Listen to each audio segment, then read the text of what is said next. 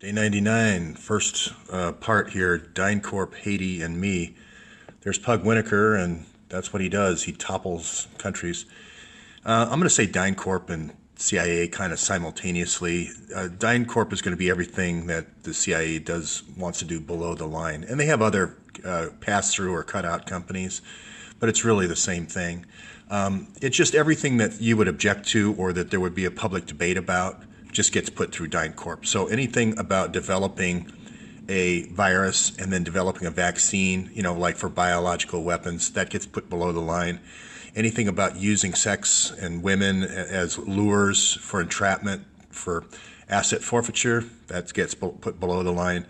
Organ harvesting, well, they're our enemies anyway, so we'll have the ultimate revenge by using their organs and then giving life to the people we like. So it's kind of a God complex in a way. DynCorp, we kill the bad guys and we give life to the good guys, and that's the kind of philosophy that they have to tell their people in order to kind of get away with it. You remember James Clapper and Edward Snowden, and you probably remember the NSA and remember Booz Allen. This is one of the companies, Booz Allen here, that I was talking about before, which is kind of like a public-private partnership. And we've gone from, I think I saw on the last slide, from 2,000 vendors in 2010 to over 7,000 of these vendors. And Booz Allen, I think, is a huge vendor for the NSA as well as other agencies, CIA, and so forth. It's kind of been a switch because when Carlyle Group was established, that's kind of the old boys club for oil, okay? And that, they made $100 billion, with Cheney and Rumsfeld and Colin Powell and George Bush and so forth. But it's moved with the NSA and so forth, starting with that presidential decision directive of Bill Clinton in 1998. It's moved toward IT, where Booz Allen is, like, for instance, does the VA health system, and they do all the IT systems for a lot of these companies, as well as they've moved into downstream uses for oil, like drug development, with this vaccine thing. So here you see the Carlyle guy going into the public-private revolving door. Here comes Booz Allen in. Then it's going to go public with DHS, and then out goes the money with the private. In comes the tax dollars with the public, and out goes the money with the private. So it's kind of a clever, I love these because it's much better than an article or anything to understand. Private, public, private. It just explains everything. And one of the spin-outs from DHS was this Operation Underground Railroad. And this is Tim Ballard, the CEO. So he was a DHS agent for 12 years, and he ran sex sting operations.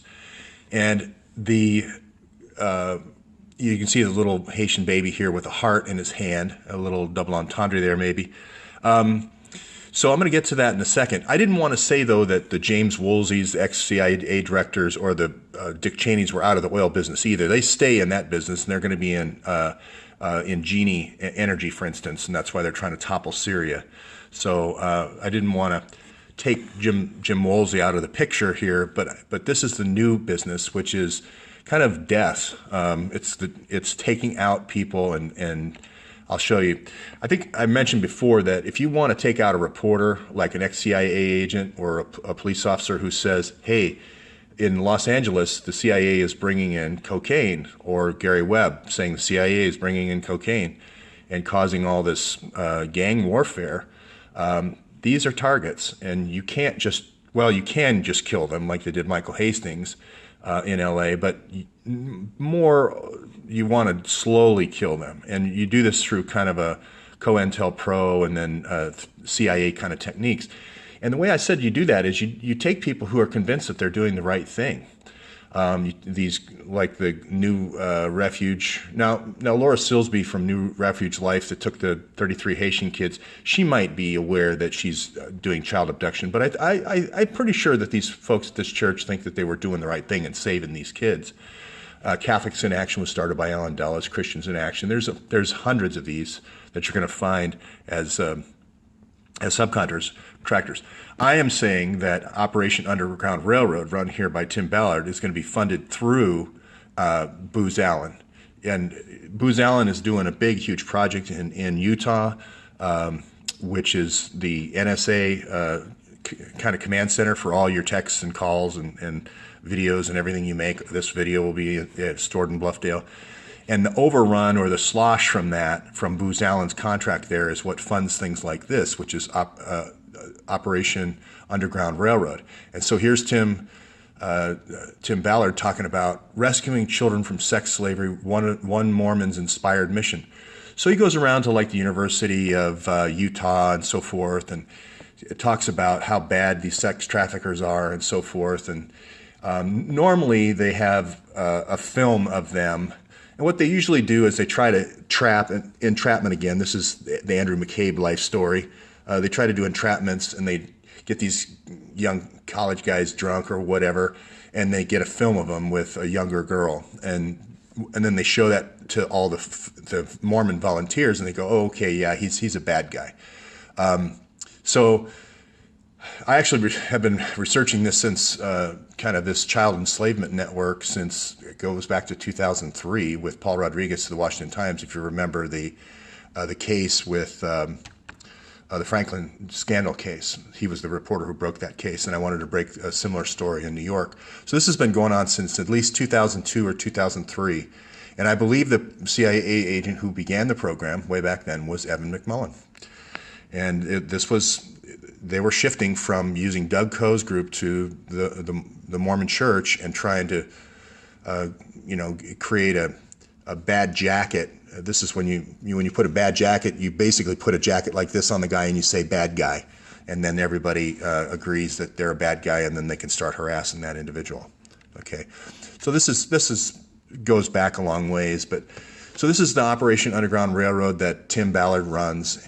And I'm gradually, introducing you to this, tying it all together with DynCorp and McCabe here running JTTF. JTTF is the program in the United States.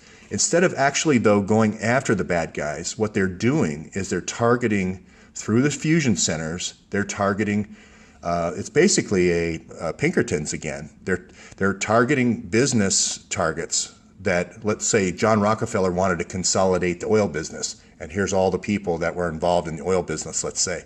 Well, you target them one at a time by luring them into these sex traps, and then you forfeit all their assets. And you get them to sell the assets at a song. This is basically the Pinkertons all over again. You just keep targeting people until you have a monopoly. Now, he did buy out some people, so he didn't go all the way to death in a lot of cases. But in this one, this is death. So if I have, let's say I have a nurse's website. It's called, Nurses on the Net or something like that. Hey, I could go kill the whole family, and consolidate that for my client who's also got a nursing company, let's say Webb Nurses or something, and so forth. And the people involved in this consolidation and this targeting don't realize, they think that they're targeting a bad guy. So if that makes sense. Now, again, women wouldn't be showing up dead. Women wouldn't be showing up dead in Monica Petersen in Haiti. Women wouldn't be saying, hey, I was gang raped by several police forces, if this kind of Pug Winokur tactics weren't being used. We've got 50 different countries where DynCorp is saying that they use these tactics. So I'm not the one. It's all these reporters from all around the world. Now, I didn't mind meld with them. They're the ones who wrote the stories. I didn't write the stories about DynCorp. So, and you're going to find this Operation Underground Railroad is the kind of spin-offs you get. They're all Navy SEALs. They're all ex-CIA agents. They say it in their Wikipedia. And you find the cheesy cover movie. There's an abolitionist cover movie that they're going to make. You're going to find it's going to be Lionsgate again, or some Lionsgate trickle through. So, and the same thing is with the snipers. The snipers, when they first go in, they don't tell them, the CIA agent doesn't tell them anything other than this guy's a bad guy, fire. He's a child molester, fire. And then they shoot all these people.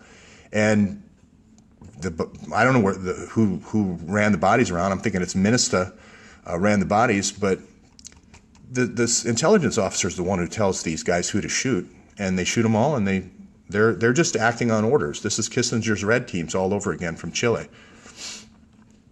Again, this on-site health services, those nurses, and doctors, when they're removing, cutting the aorta and getting the hearts out and so forth, they think they're doing a humanitarian mission. They don't know that that the guy looks like his head was crushed or whatever. They're recovering the bodies, the organs. So, and I don't know how the SEALs are killing them, but probably crushing their windpipe or something like that, throat punch or something.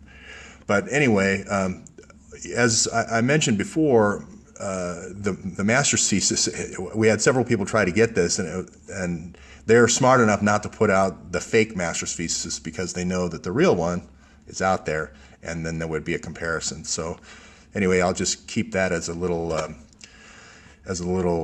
reminder for the future. CEMEX, this is going to come in important because Bill Swing again is going to be making all these roads and so forth and pouring all this concrete here instead of building the houses he was supposed to build. That's the IOM. You're going to find that all these roads and sidewalks and everything was poured. It's going to be CEMEX.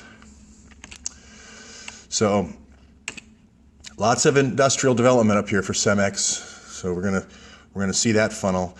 And you're going to find this migration was during this time of the earthquake. They took a lot of the political prisoners and moved them up here. You're going to find temporary facilities until they got the permanent prison built in Port Lafiteau.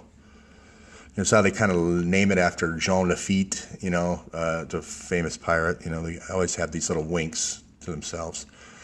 Rajiv Shah's the one who said, my USAID people are taking a trip for 2 weeks and then coming back.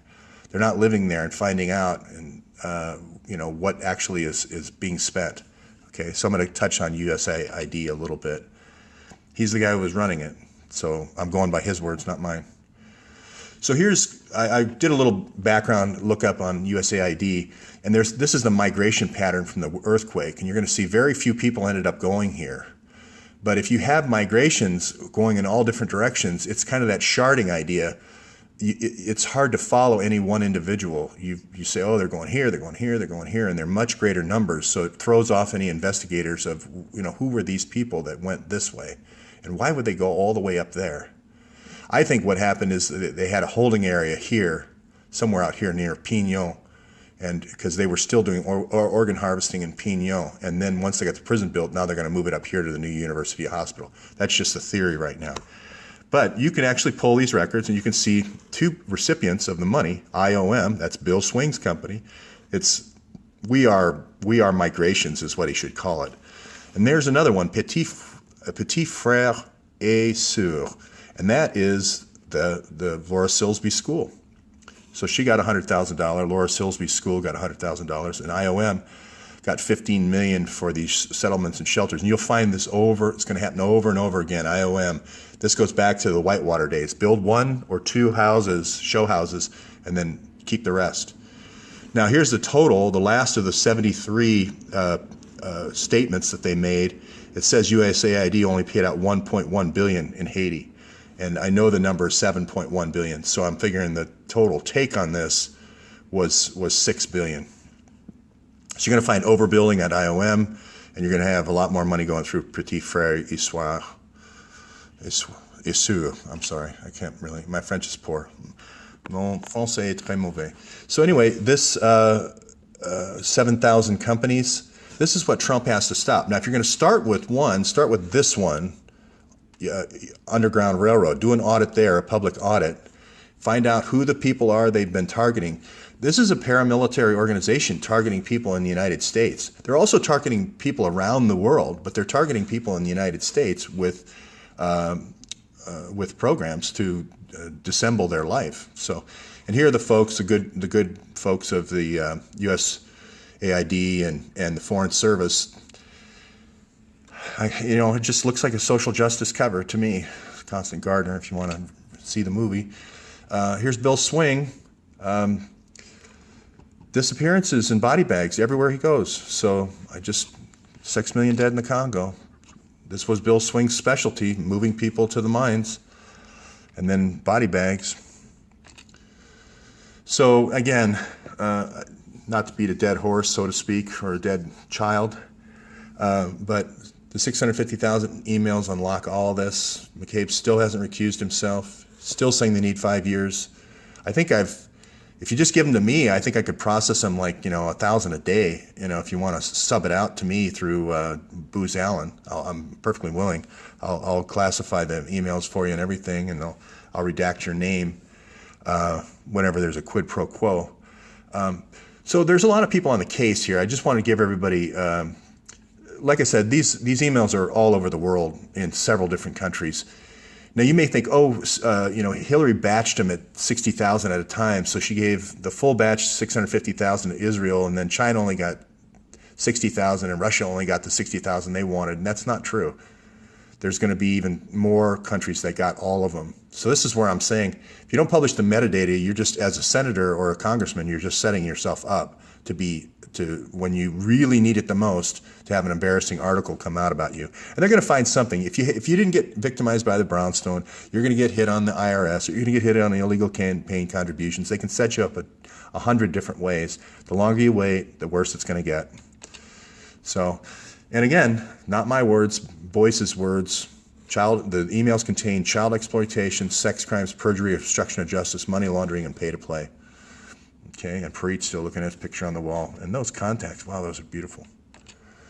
So I'm going to go tomorrow, I'll go into the drug business and DynCorp and so forth. But you want to think of the CIA or DynCorp as a corporation. CIA didn't create Wall Street. Wall Street created the CIA to use intelligence services to make money, to increase their wealth. So that's how you have to think of it. If you start with that in mind, everything becomes easy. So all these charts, we'll stay away from the charts, we'll go to the pictures of the people, and it'll all fall out. Thanks, everybody.